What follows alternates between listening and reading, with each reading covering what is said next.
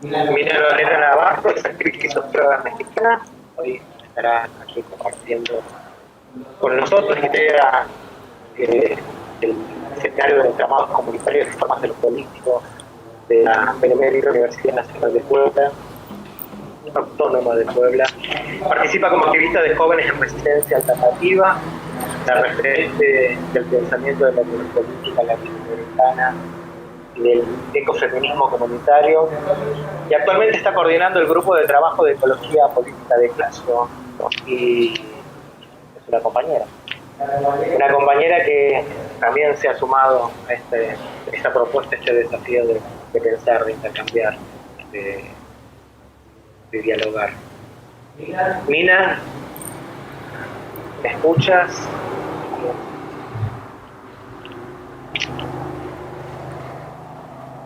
Ahora sí, Mina. Ya. Ahora sí.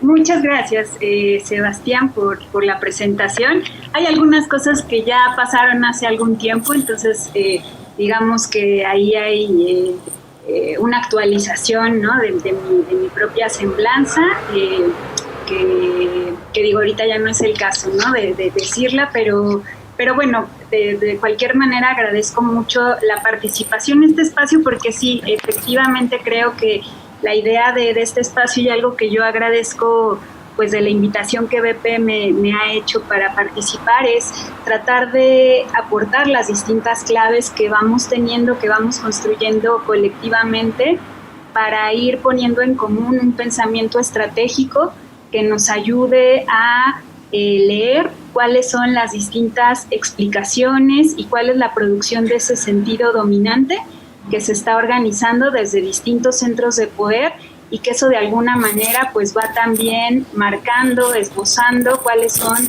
los márgenes, los terrenos de acción para las luchas de abajo, ¿no?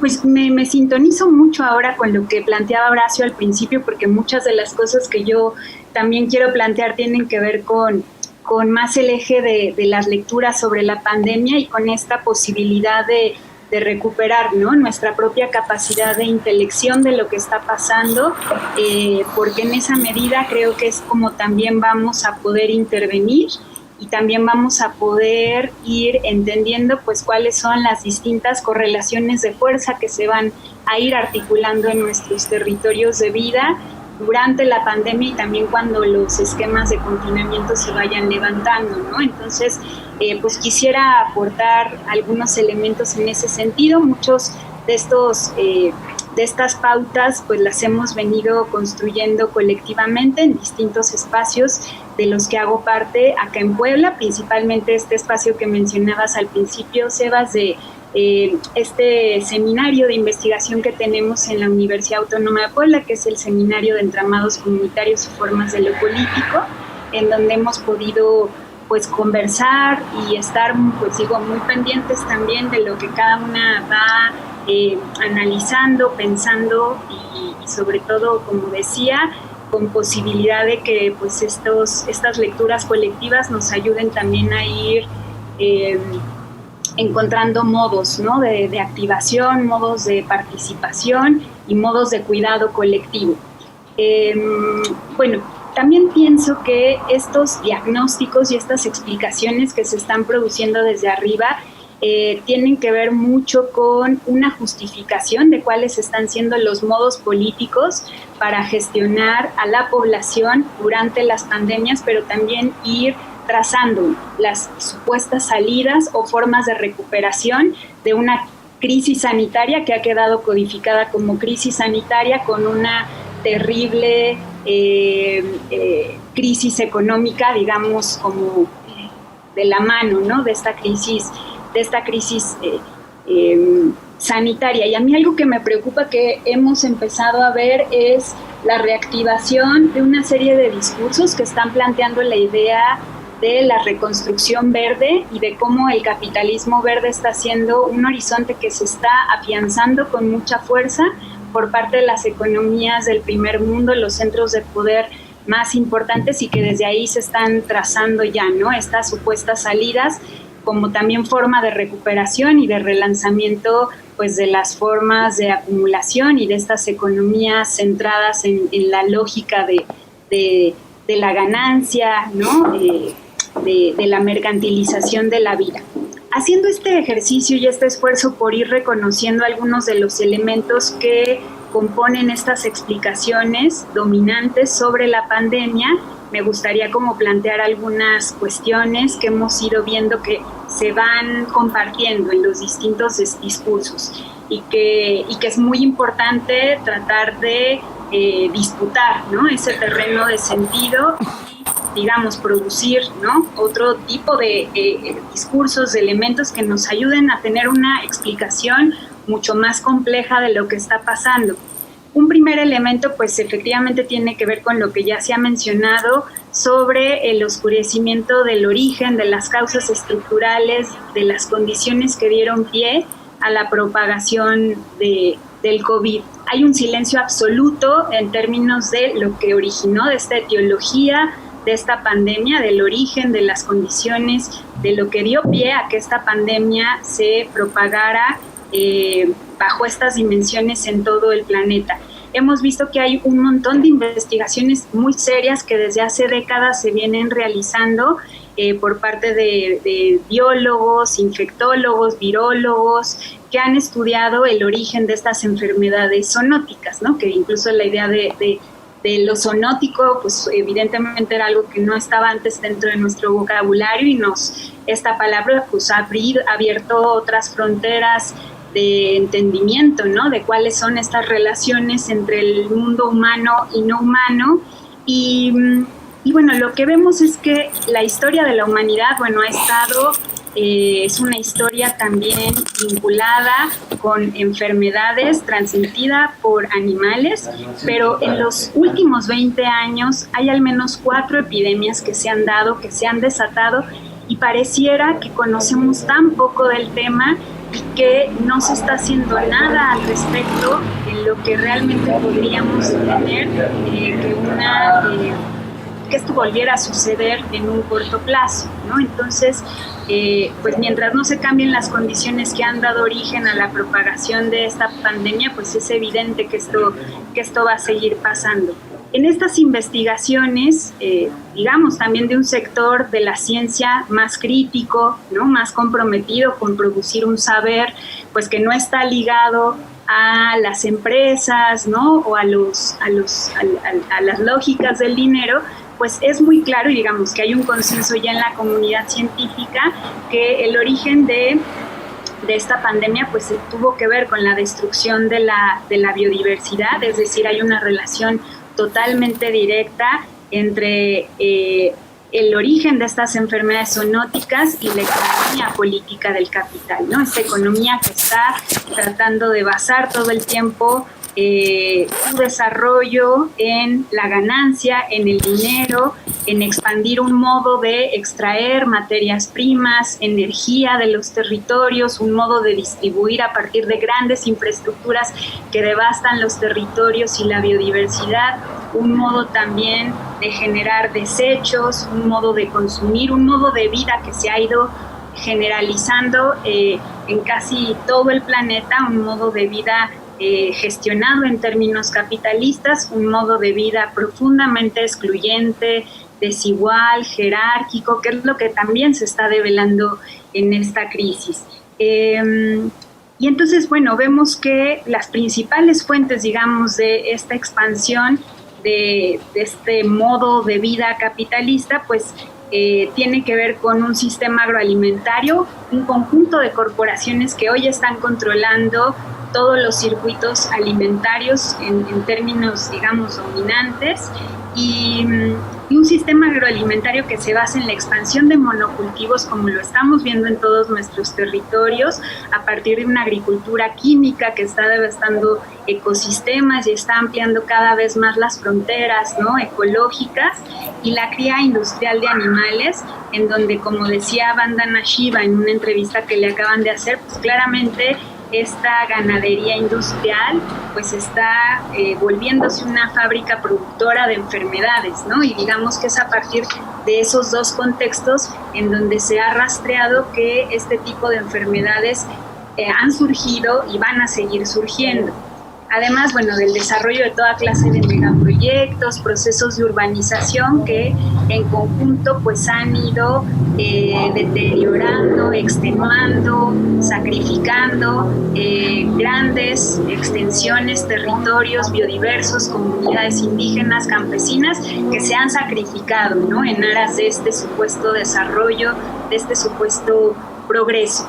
Otro elemento, además del oscurecimiento de las causas y de lo que ha originado realmente esta pandemia y su propagación, es el ocultamiento de las cadenas de responsabilidad de todas aquellas empresas, corporaciones que son las que han generado estas condiciones y nos han llevado a que estemos en esta situación de profunda vulnerabilidad, ¿no? El papel de las corporaciones creo que es fundamental que tome un mayor relieve porque no lo está teniendo. En ese sentido, bueno, investigaciones como la de Grain, etc., ¿no? Sobre todo, bueno, una de las investigadoras de este grupo, Silvia Ribeiro, pues ha venido insistiendo en la responsabilidad de estas corporaciones y en lo que ella llama estos hacendados de la pandemia, ¿no? Corporaciones que hay que empezar a decir su nombre, qué hacen, cuál es su historial, ese negro historial que atraviesan, ¿no? Y que conforma sus propias trayectorias.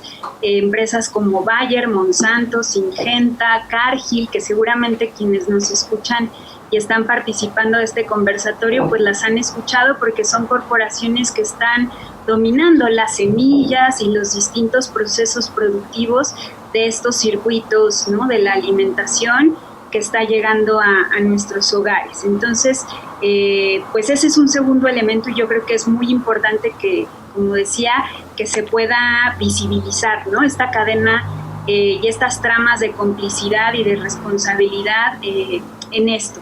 Otro elemento que me parece muy importante es que este oscurecimiento de las causas y de los responsables ha estado, digamos, muy de la mano de un discurso en donde por un lado se ha presentado este lenguaje bélico y esta estrategia de guerra irregular como un elemento que yo creo que vamos viendo en los distintos discursos de los gobiernos que va apareciendo.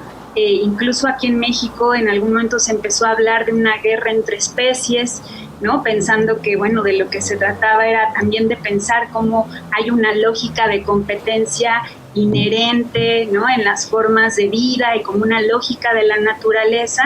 Eso, por ejemplo, lo es importante, yo creo que seguirlo, y por ahí ese discurso ha tenido bastante llegada.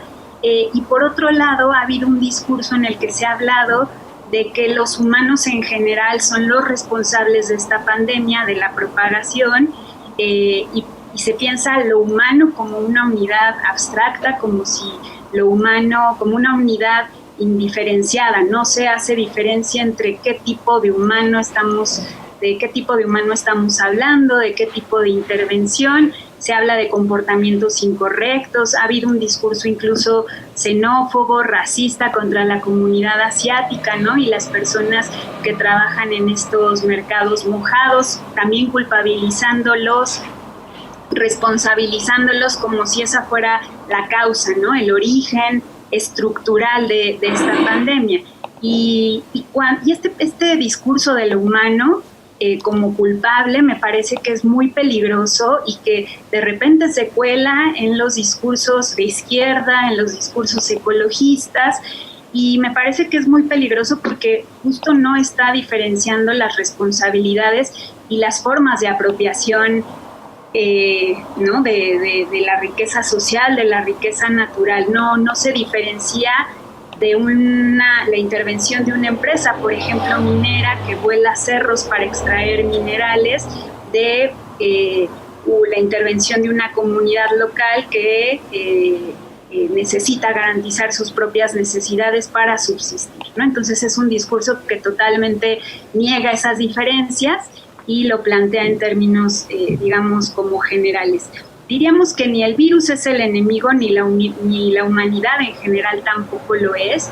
A mí me gusta mucho una idea de un ecólogo político, John Bellamy Foster, quien plantea que el verdadero vector de contagio de la pandemia es el capitalismo, ¿no? Y eso se hizo muy evidente cuando comenzábamos a ver cómo las redes de propagación de la pandemia estaban totalmente correlacionadas con las vías del turismo y las vías de comunicación aérea, ¿no? Entonces es muy importante entender que esta interconectividad que está habiendo, pues es una interconectividad gestionada desde el capital, y que eso también ha generado una tremenda vulnerabilidad a partir de conectar territorios que no estaban conectados o que están conectados solamente desde esta lógica de explotación, ¿no? Entonces, la crisis que enfrentamos no es, o no únicamente, como ya decía Horacio al principio, una crisis